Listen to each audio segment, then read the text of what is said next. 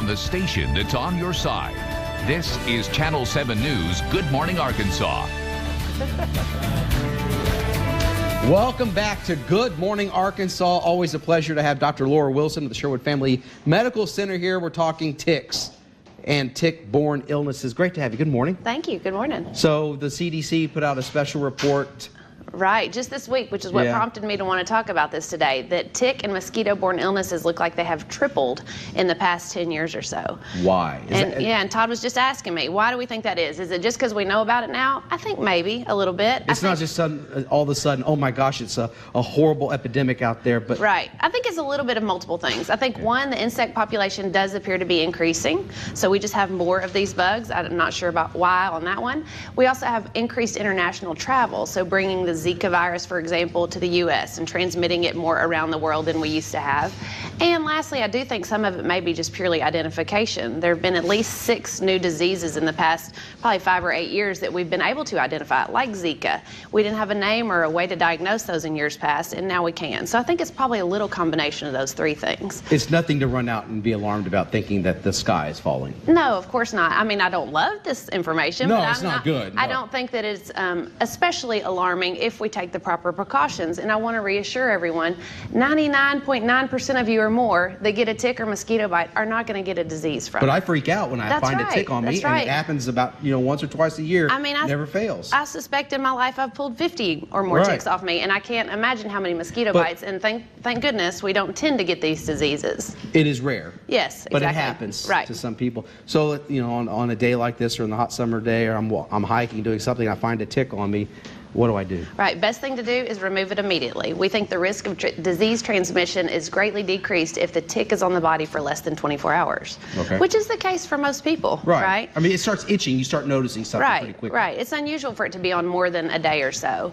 But first, let's talk about what we're going to look for in an illness that might be caused by a tick or mosquito. And that is, unfortunately, is kind of vague. It's fever, body aches, headaches, and maybe a rash. Right, and so a lot of people think this is some generic viral illness. And guess what? Some of these are viral illnesses. And so I think a large proportion of people might get this disease, treat the symptoms at home, never even knew it could have been more serious, because most of us would actually get better on our own with these infections. Do we, if it is a tick bite and we do have those symptoms, does it go away on its own sometimes, and sometimes it doesn't? Sometimes it can go away on its own. Sometimes it can get very serious and even cause death. So that's, I think, the scary thing, of course, is you don't know which way you're going with it.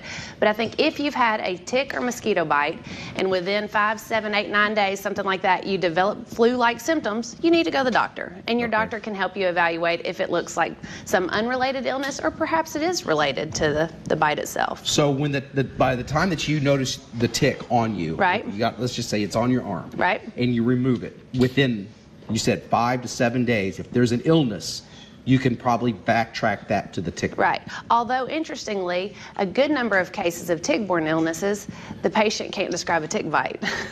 So that complicates things a little bit more, because some ticks will actually attach to the body and then remove themselves without us even knowing. I did not know that. Right. So if you have, considerable symptoms, you're feeling really bad in the summertime, with or without an exposure, if you're sick for several days and not getting better, it's probably worth a trip to the doctor. Now, guess what? It's probably not going to be one of these more serious illnesses, but it could be. And I think that's where you go to the doctor and maybe do some blood work, evaluate the patient, and decide if this looks to be more significant or just kind of a more generic viral type illness. If you have a child that comes in with a tick-borne illness, how do you treat that?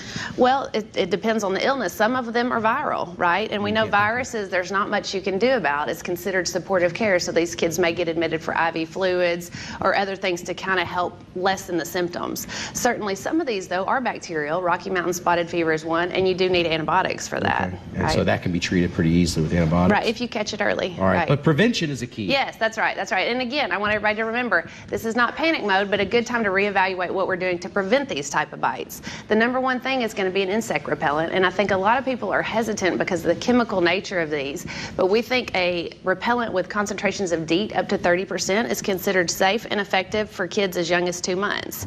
The thing with the insect repellents, you want to apply them only once, and you want to go in and make sure that you bathe after you come inside, right? I don't want kids sleeping in it.